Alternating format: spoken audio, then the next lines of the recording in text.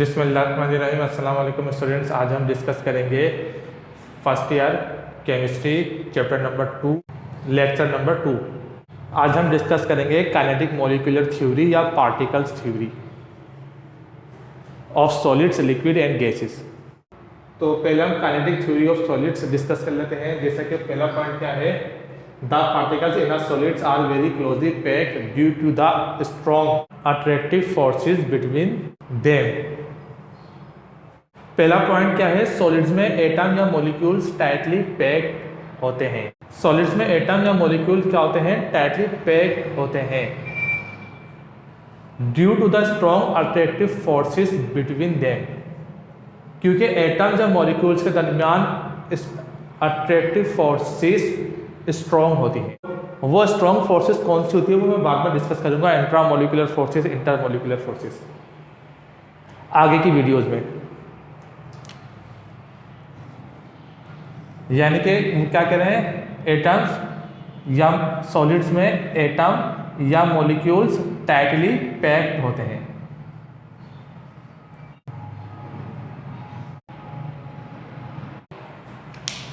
Solids में atom या molecules क्या होते हैं, टाइटली पैक्ड होते हैं।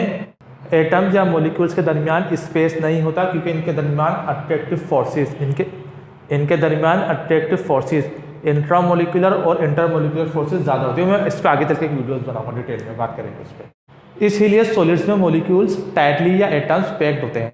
नंबर 2 पॉइंट देखिए, solids are liquefied at definite temperature called melting point. एक बात आप याद रखिए, सॉलिड से मॉलिक्यूल पैक्ड तो होते हैं मगर इनमें वाइब्रेशन होती है।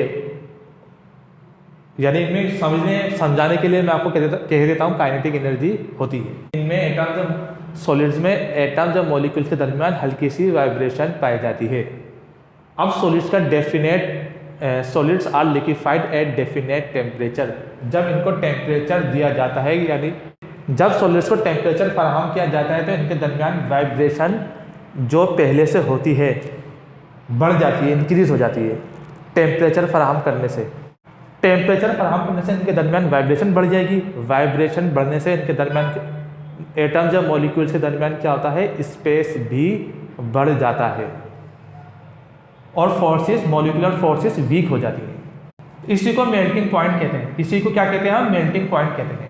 नंबर 3 पॉइंट देखिए, the molecules are unable to move freely as they have little space between them. Solids में एटम या मॉलिक्यूल्स के दरमियान स्पेस नहीं होता। वो क्यों नहीं होता, क्योंकि molecular forces, attractive forces intra और इंटर वो ज़्यादा होती हैं, तो इनके एटम या मॉलिक्यूल फ्रीली मूव नहीं कर सकते। हाँ, वाइब्रेट कर लेते हैं। सॉलिड्स में एटम या मॉलिक्यूल फ्रीली मूव तो नहीं कर सकते मगर वाइब्रेट कर लेते हैं, वाइब्रेट कर सकते हैं। नंबर 4 पॉइंट देखिए, दे हैव डेफिनेट शेप।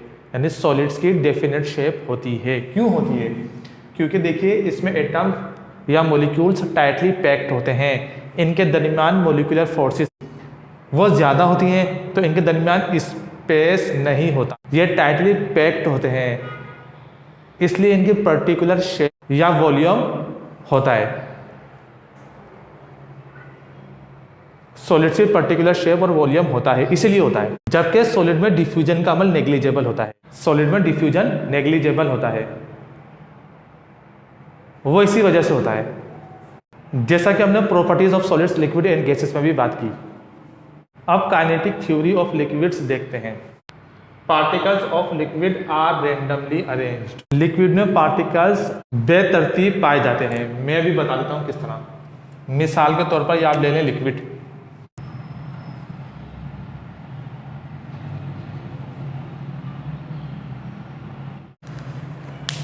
इसको सॉलिड, इसको लिक्विड कह दीजिए।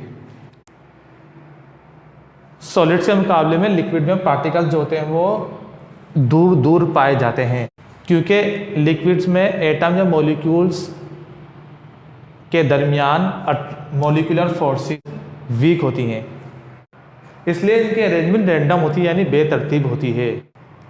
दे are closer to each other. Gases के मुकाबले में लिक्विड्स में एटम्स या मॉलिक्यूल्स की अरेंजमेंट करीब करीब होती है।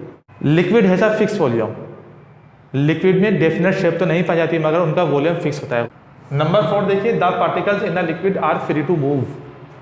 सॉलिड्स के मुकाबले में लिक्विड्स के पार्टिकल्स फ्रीली मूव कर सकते हैं। क्यों? क्योंकि उनके दरमियान मॉलिक्यूलर फोर्सेस लिक्विड में सॉलिड्स के मुकाबले में कम होती हैं, इसलिए लिक्विड्स की शेप नहीं पाई जाती मगर वॉल्यूम होता है।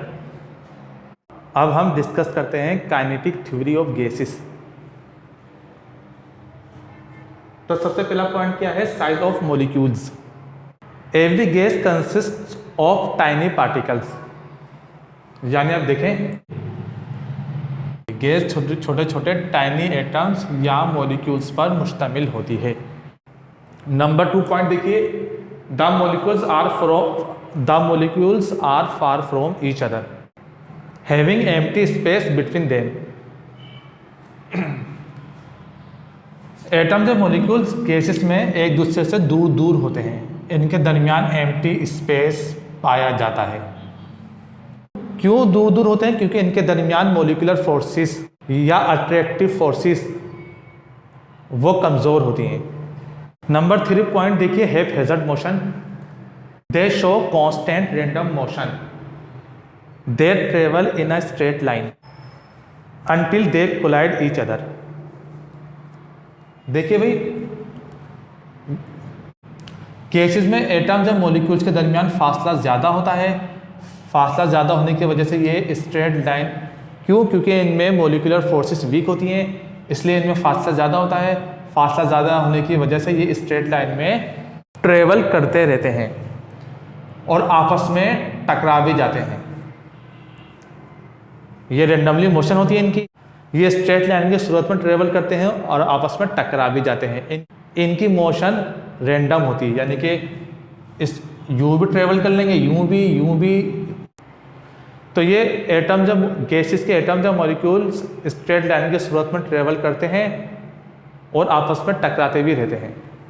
गैसेस की कोई पर्टिकुलर शेप नहीं होती। मैंने एक वीडियो बनाई है properties of solid, liquid and gases पर। तो गैसेस की कोई पर्टिकुलर शेप नहीं होती, ना ही पर्टिकुलर वॉल्यूम होता है। डिफ्यूजिबिलिटी इनकी बहुत ज़्यादा होती है। गैसेस में डिफ्यूजन का अमल बहुत ज़्यादा होता है। लिक्विड में गैसेस के मुकाबले में कम होता है, सॉलिड में नेग्लिजिबल होता है। डिफ्यूजन क्या है? Movement of molecules from region of higher concentration to region of lower concentration. इसको डिफ्यूजन कहते हैं। डिफ्यूजन के अमल पे भी आगे की वीडियोज़ में बात करेंगे। नंबर 4 पॉइंट देखिए, the average kinetic energy of gas molecules is directly proportional to the absolute temperature. जितना ज़्यादा टेम्परेचर बढ़ाते जाएंगे उतनी ज़्यादा काइनेटिक एनर्जी बढ़ती जाएगी गैसेस में। काइनेटिक एनर्जी का फार्मूला Ke = 1/2 mv² है। Ke = 1/2 या 1/2 mv²। ये काइनेटिक एनर्जी का फार्मूला है। गैसेस में तो पहले ही काइनेटिक एनर्जी ज़्यादा होती है। जैसे ही गैसेस के मॉलिक्यूल्स को टेम्परेचर देंगे, हीट देंगे, तो इनकी काइनेटिक एनर्जी और ज़्यादा हो जाएगी। जितना ज़्यादा टेम्परेचर देंगे उतनी ही ज़्यादा काइनेटिक एनर्जी होती जाएगी। ये था आज का lecture. Thank you very much.